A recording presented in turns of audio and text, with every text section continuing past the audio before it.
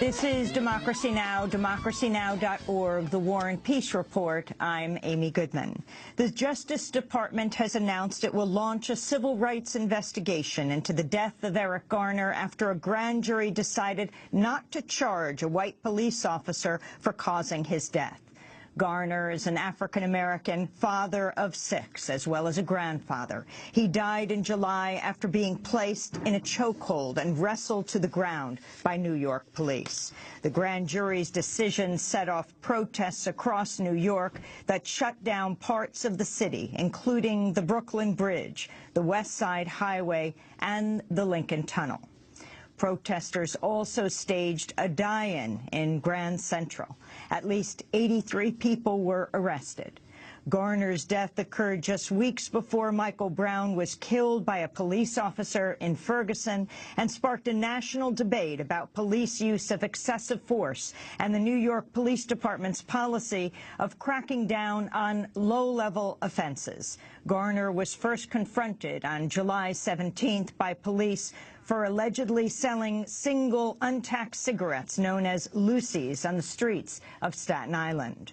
What happened next was recorded by a bystander. In the video, the officer, Daniel Pantaleo, can be seen placing Garner, who was unarmed, in a chokehold just before he collapsed onto the sidewalk. While officers held him down, Garner cried out at least 11 times. Eric Garner's mother last night spoke out after the grand jury released its decision. I am truly disappointed in the grand jury's decision this evening.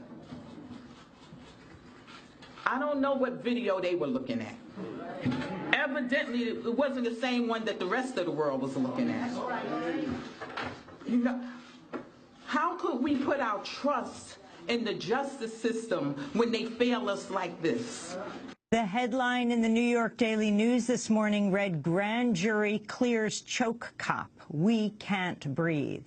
In the wake of the grand jury's decision, over 80 people were arrested as protesters shut down parts of New York City, including the Brooklyn Bridge, the Lincoln Tunnel, West Side Highway, and 6th Avenue around Rockefeller Center, where the Christmas tree lighting ceremony was taking place. The Justice Department has announced it'll launch a civil rights investigation into Eric Garner's death. We'll have more on the case after headlines.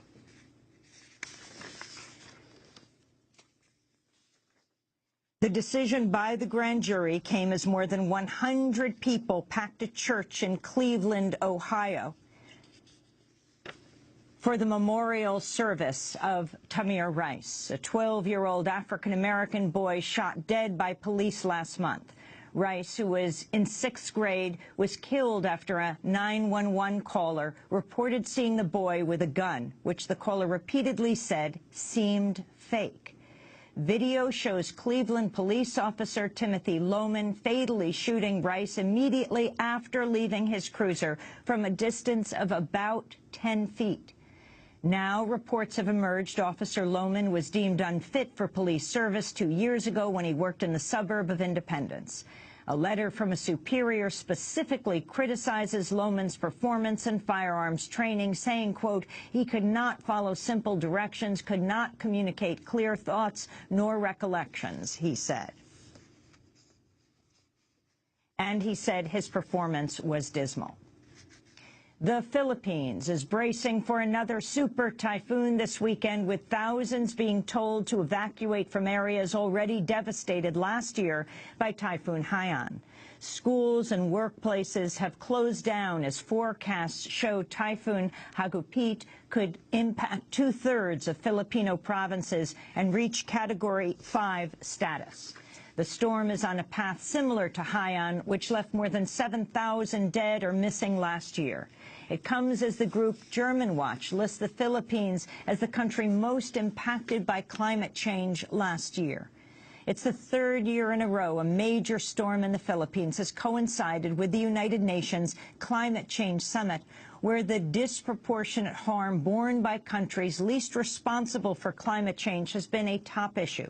Speaking at the summit in Lima, Peru, UN climate chief Christiana Figueres acknowledged emissions limits due to due to be agreed upon at next year's summit in Paris will not be enough to avoid the worst impacts of climate change.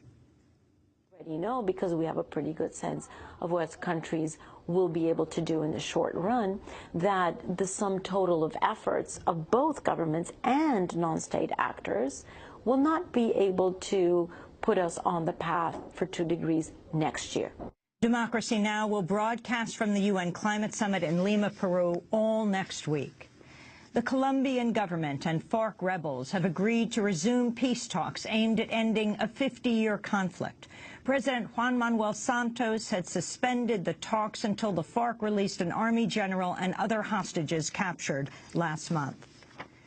Iran has launched airstrikes against Islamic State targets in Iraq as the United States continues its assault on the militants in Iraq and Syria. But speaking in Washington, D.C., White House Press Secretary Josh Earnest said Iran and the United States are not working together. At this point, our calculation about the wisdom of cooperating militarily with the Iranians has not changed. We're not going to do it. Al-Qaeda militants in Yemen have released a video threatening to execute a U.S. journalist taken hostage last year. Luke Summers is a photojournalist who was captured in the Yemeni capital of Sana'a. U.S. commandos reportedly tried to rescue Summers last week, but missed him, instead freeing several other hostages, most of them Yemeni. U.S. lawmakers have reached a deal on a $585 billion military bill which expands the U.S. offensive in Iraq and extends training of Syrian rebels for another 2 years. The measure adds $1.6 billion to train Iraqi security forces. This comes amidst reports of disarray in the Army's ranks as Iraqi Prime Minister Haider al-Abadi has revealed the presence of 50,000 so-called ghost troops, fraudulent names which generate salaries, that are then collected by Army officers. The bill also deals a blow to efforts to close Guantanamo prison by maintaining a ban on prisoner transfers to U.S. soil. And the bill includes some steps to curb rape in military ranks, but keeps assault cases in the military chain of command. It comes as new data shows reports of sexual assault in the U.S. military have increased 8%. More women have come forward publicly to accuse comedian Bill Cosby of sexual assault. 3 women joined together at a news conference, including Beth Ferrier, who told her story to the National Enquirer in 2005. The tabloid ended up killing the article in exchange for a favorable front-page interview with Bill Cosby. I believe that Mr. Cosby drugged me and sexually assaulted me that night. For years, I did not tell anyone about what he had done to me because I was afraid. I felt threatened by him.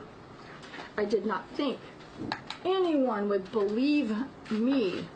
The women were joined by attorney Gloria Allred, who urged Bill Cosby to waive the statute of limitations and let the cases go to trial or provide a $100 million compensation fund for the more than 20 women who have now come forward to report assaults dating back half a century. Cosby has canceled his performances planned for this weekend in Tarrytown, New York, after about half of the attendees returned their tickets to the sold-out shows. In Oklahoma, police have arrested an 18-year-old for rape in a case that sparked a mass walkout by students in the town of Norman. Tristan Cole Kilman Harden has been charged with raping a 16-year-old girl in September, and at least 2 other victims have also come forward.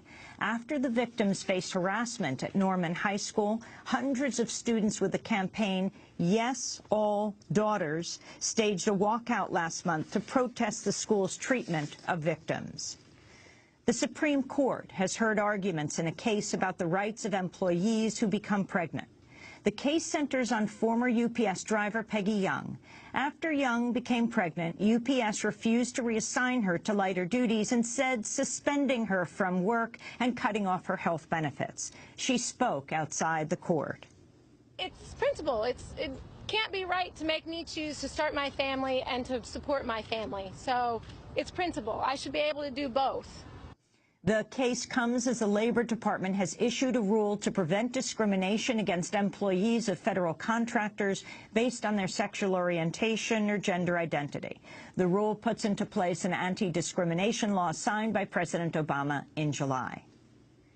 Texas and 16 other states have filed a lawsuit against the Obama administration over its plans to provide relief from deportations to up to 5 million undocumented immigrants. The lawsuit marks the first major legal challenge to Obama's executive action announced last month. The Fifth Circuit Court of Appeals has stayed the execution of a Texas prisoner with schizophrenia. Scott Panetti was due to be executed for murder on Wednesday evening, despite a lengthy history of mental illness. He represented himself at trial and attempted to subpoena JFK, the Pope, and Jesus Christ in his defense. In a statement, his attorneys called the ruling, quote, the first step in a process which will clearly demonstrate that Mr. Panetti is too severely mentally ill to be executed. And in upstate New York, a longtime peace activist has been sentenced to a 1-year conditional discharge and ordered to pay a $1,000 fine for demonstrating outside the gates of New York's Hancock Field Air National Guard base, which is used to remotely pilot U.S. drone attacks. Mark Colville, who appeared on Democracy Now! Wednesday, was facing 2 years in prison for his role in the peaceful protest, but the judge decided not to send him to jail.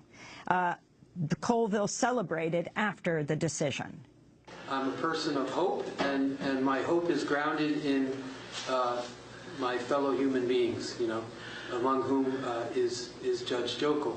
And I choose to think the best of him, which is that perhaps on some level his conscience was moved to do something in the way of rightness and fairness and justice in this case. And those are more than 100 people have been arrested over the past 5 years as part of nonviolent campaign against drone attacks organized by the Upstate Drone Coalition. And those are some of the headlines. This is Democracy Now!, democracynow.org, The War and Peace Report. I'm Amy Goodman. And I'm Nermeen Sheikh. Welcome to our listeners and viewers around the country and around the world.